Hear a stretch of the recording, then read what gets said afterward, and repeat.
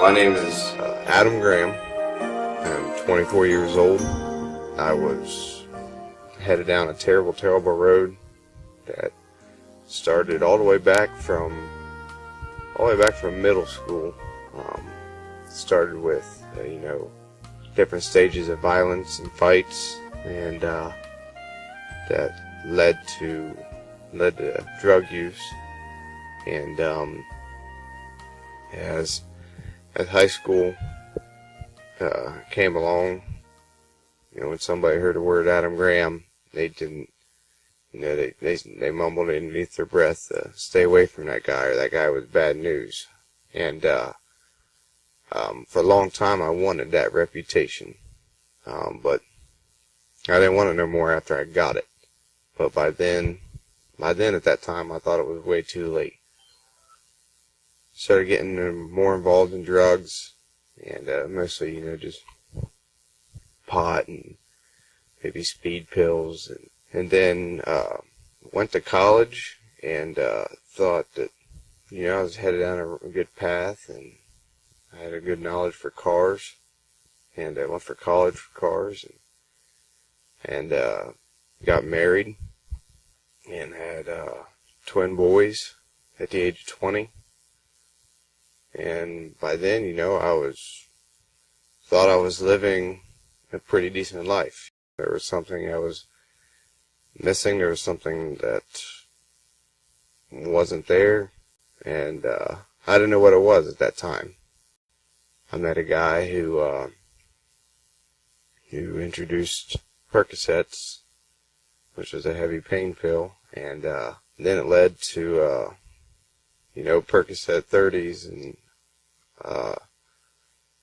then which started out having one a day, which eventually came down to the point of doing 8 or 9 at one time, and expensive. Every dime I had went to it, and then that eventually got too expensive, and relationship got bad with my wife at the time, so I just figured I'd drown everything out, and I moved to heroin. For about 2 years, I gave everything I had for that drug, everything. There was nothing that could separate me from getting that drug or me from finding that drug. It took me down a road where, nobody was in my life. Christ wasn't in my life. My mom and dad were not in my life. My sons were not in my life. Girlfriend was not in my life. Nobody except me and that drug. And as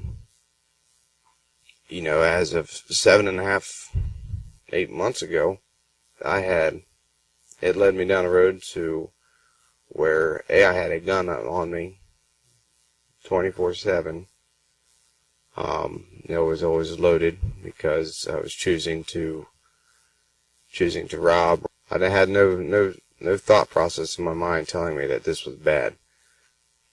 So that led me, I pretty much left home and decided to lock myself in pretty much cheap hotels for about a month and a half.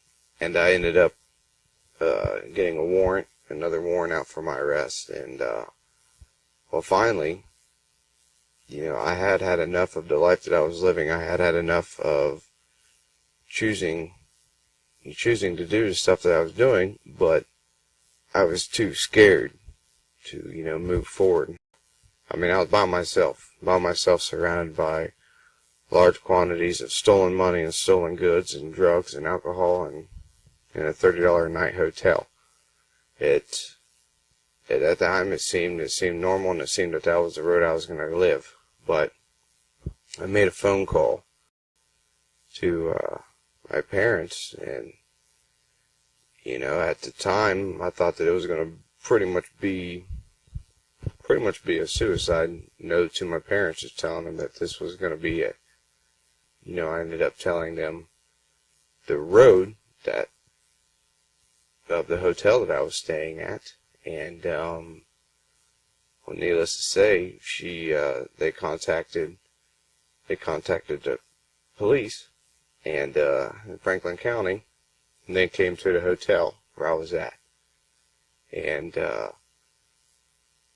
that time, I had a gun that was loaded on me, and they came in, and needless to say, 5 officers definitely had contained me and controlled me and took me into a cop car, and but I had a warrant in Licking County, and I decided, well, I didn't decide, but the cops decided they were gonna get a hold of Licking County and just have me go there.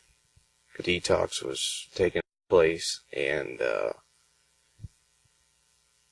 I was pretty much out of mind heavily.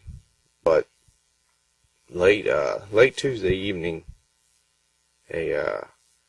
I'm laying in my bunk, and the correctional officer yells my name, and I remember looking up over, and I just see a man, with a ball cap on and beard, kind of standing by the desk, and I walk over, and this guy sticks his hand out, and he introduces himself, and his name was Dwayne.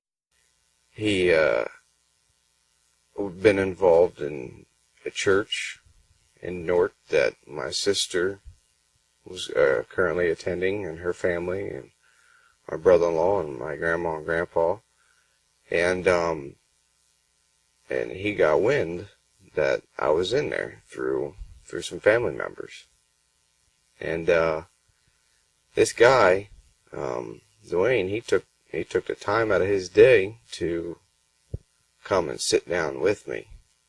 He told me that you don't have to give up. He told me that it's not over, and he told me that this doesn't have to be the end.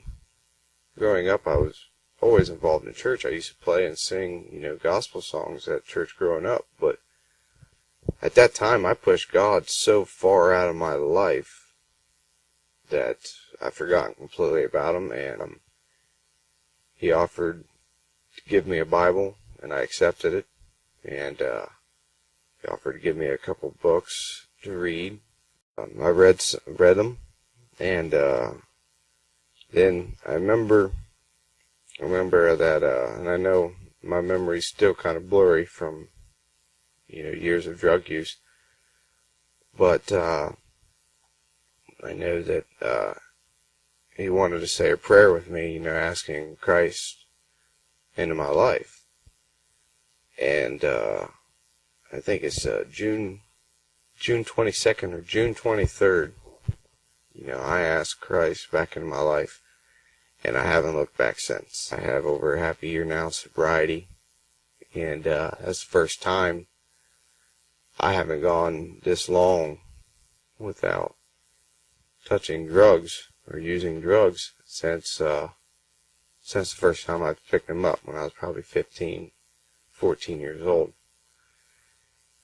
He stayed in contact with me. I mean, he had access to come into the module where I stayed at, and he had access to actually sit down one-on-one and talk to you and tell you that there's hope, and tell you that you can do this, but you got to want to do this, and you got to pray, and you got to put God in your life, and you got to move forward with it.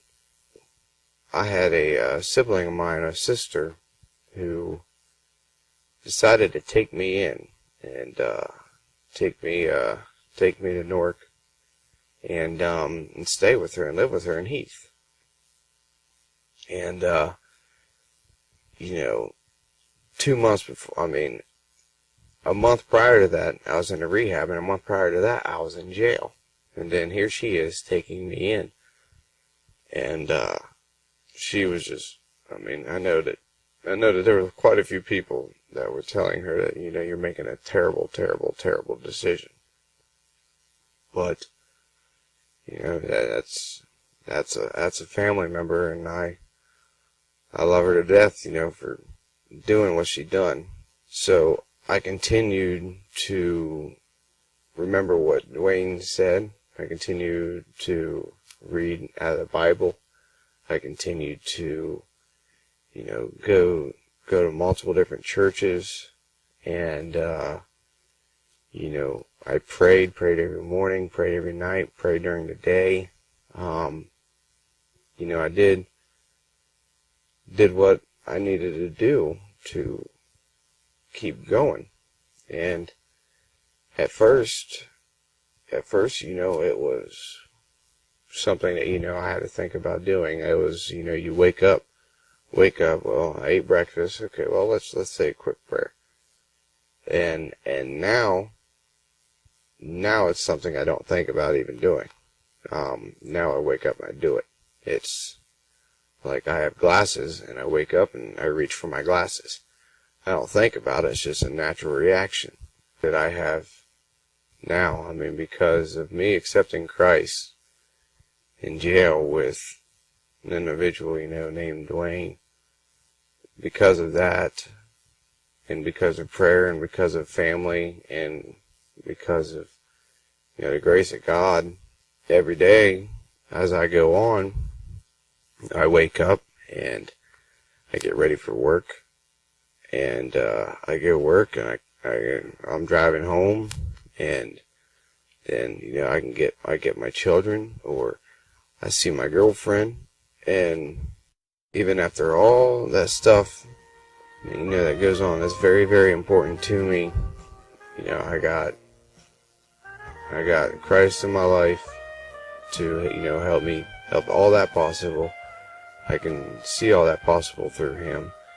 He's never given up, and I'm excited to see where this life is going to go from here on out.